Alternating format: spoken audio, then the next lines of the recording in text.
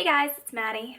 In July, I finished up working in Korea and decided to move back home to be with my family. Now that I'm no longer working for that company anymore, I can freely talk about my experience and tell you guys how I felt. I worked for a company called DYB, aka Choison aka Do Your Best, an after-school program running from 4 p.m. to 10 p.m.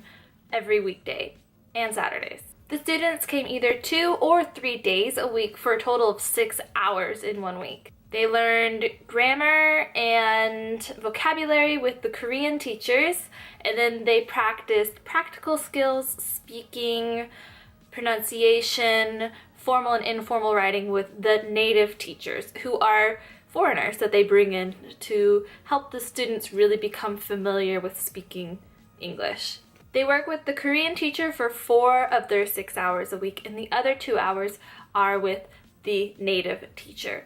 I taught 5 different grade levels, 4th through 8th grade, and within each of those grade levels there are 5 English speaking ability levels. So that's 25 different classes with different levels of ability and different curriculum. A typical workday started at 3 o'clock, an hour before classes would start, and classes would be 50 minutes each, with usually 4 to 6 classes a day. Any hours not teaching were considered essay checks, where you were usually prepping for classes or creating lessons and preparing all of your material. A normal teacher like myself worked 30 hours 5 days a week, but those 5 days would be any of those days between Monday and Saturday. So each schedule we were given 1 day off, whether it be Tuesday or maybe even Friday. I liked having Tuesdays off. It was good to have a crappy Monday and get it out of the way, have a day off, and then get the other 4 days of the week done. DYB is a big company now. Their website says they have over 120 native teachers and 10 different campuses, not including their kindergarten immersion program or their college program. So they have a lot going on. Also, I think they teach math too, but I don't really know about that. At each campus, there are between 4 and 12 native teachers, and that number fluctuates a lot depending on the demand for classes and like how many students sign up for each semester. To get the main question out of the way, do I think DYB is a good company to work for? Yes, I do. But do I think DYB is the best option for someone looking for an English teaching position in Korea? Well, that really depends on what you're looking for. DYB is definitely a work hard, play hard company. It's no secret that DYB is one of the highest paying academies that you can work for. My starting salary was 2,600,000 won, which is, I guess, loosely translates into around $2,500 a month. On top of that, they provide housing for you, not including utilities, which has its ups and downs, and healthcare benefits. Pay and compensation is by far the top reason people choose DYB and the number 1 reason people choose to stay at DYB. However, DYB knows that they pay well and they expect you to work for your money. Occasionally there are company meetings, campus meetings, some parent-teacher meetings where we foreigners just kind of have to smile and be the token, foreigners there to prove to the parents that yes, we have foreigners. And then some cool events like a sports day or an amazing race, which are actually pretty fun. The hardest part about being a teacher at DYB was the actual teaching part. DYB has books that the students use and they work from with their Korean teacher, but as E2 visa teachers, we're not allowed to teach from textbooks. We have to create our own materials to work and teach with. There is a big fancy lesson making and sharing network thing that DYB has going on, which worked well sometimes, but you gotta remember that like 75% of these teachers have never even made a lesson before, let alone taught a class. So everyone's kind of just told make some lessons on these grammar points and these topics from the books without using the book, and somehow you've gotta, make a lesson, even though most of the teachers have never done that before. This led to my constant frustration and me having to spend way too much time adapting and sometimes just recreating a whole lesson just because the quality was so poor. I often felt like they valued quantity over quality, and that just really grinds my gears. Myself and many other teachers would find ourselves coming into work early and staying way too late in order to grade papers, adapt lessons, create new material. And when I say coming in early, I mean like we'd show up at noon when we didn't have to be there till 3 and not leave until maybe 1 a.m. And I'm not exaggerating, like that was a very common daily thing. Arguably, yes, we brought it upon ourselves. There were plenty of teachers who just grabbed a lesson off of Dropbox and waltzed into class, and it worked for them. It was fine. But oftentimes, the teachers who worked harder to improve their lessons were more respected by their co-teachers and their students, and they had just better quality lessons. And overall, I think we enjoyed our jobs a little bit more because we knew what we were doing was good. For myself, if my lesson was boring and I took it into class, I would be bored teaching it, and the students would be acting like I was pulling out their teeth trying to teach them, adjectives. You really get out what you put into it, and I think that just goes for a lot of things in general, not just this job, but teaching in general. Teaching is not an easy job.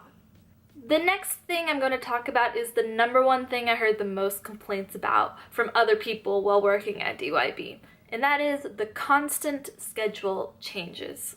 There are 4 semesters at DYB a year, and for each semester you receive a new schedule. This new schedule could have different co-teachers, different student levels, different classes, all the timing is different. It can be really weird, and you have to be pretty flexible and get used to the change happening a lot.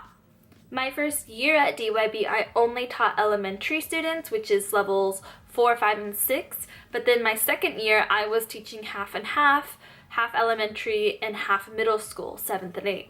The 4 semesters loosely follow the kids' school schedules. So in spring, they're in school, so we work in the evenings.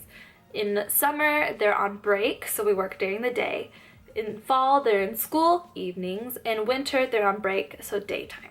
The spring and fall semesters are easy because you're always working 3 p.m. to 10 p.m. unless you choose to do otherwise. The summer and winter semesters are called intensives. Why? Because they are freaking intense. The kids are out of school, so their parents throw them into academies to go to all day. So instead of working evenings, you're working during the daytime. At my first campus I worked at my first year, we started at 7:30 a.m. during intensives, but luckily for me, the second campus we didn't start till like 9 o'clock. But it can be very frustrating going from a normal evening schedule where you go to work at 3 and leave at 10, and then suddenly having to switch over to an early morning schedule and have to be there at 7:30 in the morning. The thing is, if you're used to working a late night schedule, at least what happened for me and a lot of my coworkers, is that we'd sleep in most of the day, wake up, have like a light lunch, and then go to work. So we would like not wake up until 11 or noon. And then you'd stay up really late until 3 or 4. You're kind of nocturnal with that evening schedule. But then to suddenly have to switch to a really early morning schedule, it can be very physically upsetting. It's hard. Your body gets into a routine, and that switch is very difficult to make.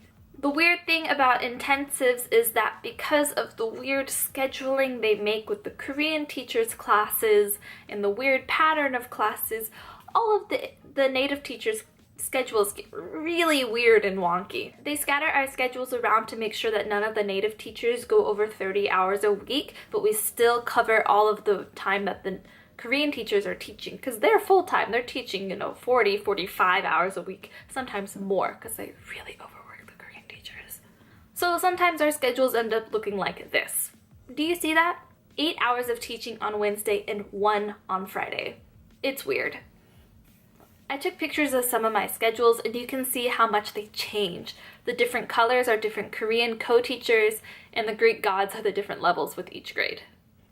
This sort of schedule can make planning for future trips really frustrating because you don't even know what your new schedule is going to be until about the week before that schedule starts. So if you're trying to plan a vacation, 3 or 4 months down the line, you don't know what day off of the week you're gonna have, so you don't know if you'll have to take extra vacation time or if you'll even be able to have like a Saturday, Sunday weekend, so it makes things kind of difficult. Even most national holidays, DYB is still open.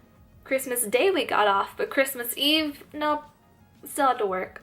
Even Chuseok, which is the biggest holiday in Korea, the Thanksgiving holiday, it's usually a week long and all the kids have off school for a whole week, but we don't know what days we're gonna get off until the week before. So it'd be really great to take advantage of that whole week off if we get it, but we don't even know, so you can't really plan, or say buy a plane ticket back home to visit for a couple weeks if you don't know what days you're gonna have off.